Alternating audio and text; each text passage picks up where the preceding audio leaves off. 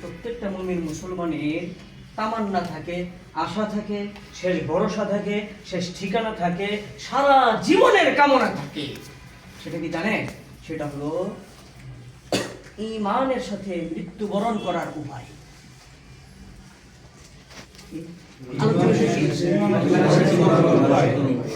আজকে আমরা আলোচনা করব কিভাবে ঈমানের সাথে মৃত্যুবরণ করা যায়। সারা জীবনে ইবাদত বন্দেগী করলেন, কিন্তু মরার সময় ঈমান নসিব হলো না। জায়গা কোথায়?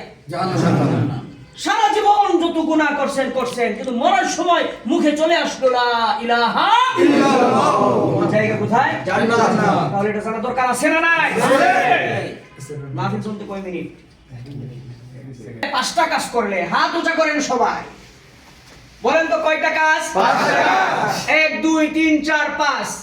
1 2 3 4 5। এই 5টা কাজ যদি না শিখি করা যাবে? জি না। 5টা কাজ শিখে যাব ইনশাআল্লাহ। সাধারণত আমরা আয়াতগুলো ভুলে যাই, হাদিসগুলো ভুলে যাই, বাংলা কথা বলি না। জি জি। কথা বলেন। জি। বাংলা কথা বলি না। আমার মৃত্যুর স্মরণ তাওবা। মানুষ মনে করে অথচ জাহান্নামী। মানুষ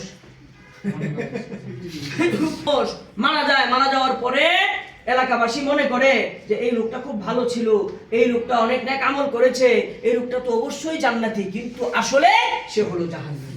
আবার কেউ মারা গেলে মানুষ বলাবলি করে এই লোকটা তো জাহান্নামে যাবে, সে তো অনেক গুনাহগার, অনেক খারাপ কাজ করেছে, কিন্তু আসলে এই লোকটা জাহান্নামী না, জান্নাতি। কারণ তার শেষটা কি ছিল? ভালো ছিল, ভালোর জন্য। এর কোনো অর্থ আছে? আমি এই পৃথিবীতে যত নবী পাঠাইছে, যত রাসূল পাঠাইছে, দেখি প্রত্যেকটা বান্দার, প্রত্যেকটা উম্মতের জন্য শেষটা ভালো হয়, মরার সময় যেন কালিমা নসিব হয়, আল্লাহর নাম নিয়ে যেন মৃত্যুবরণ করতে পারে।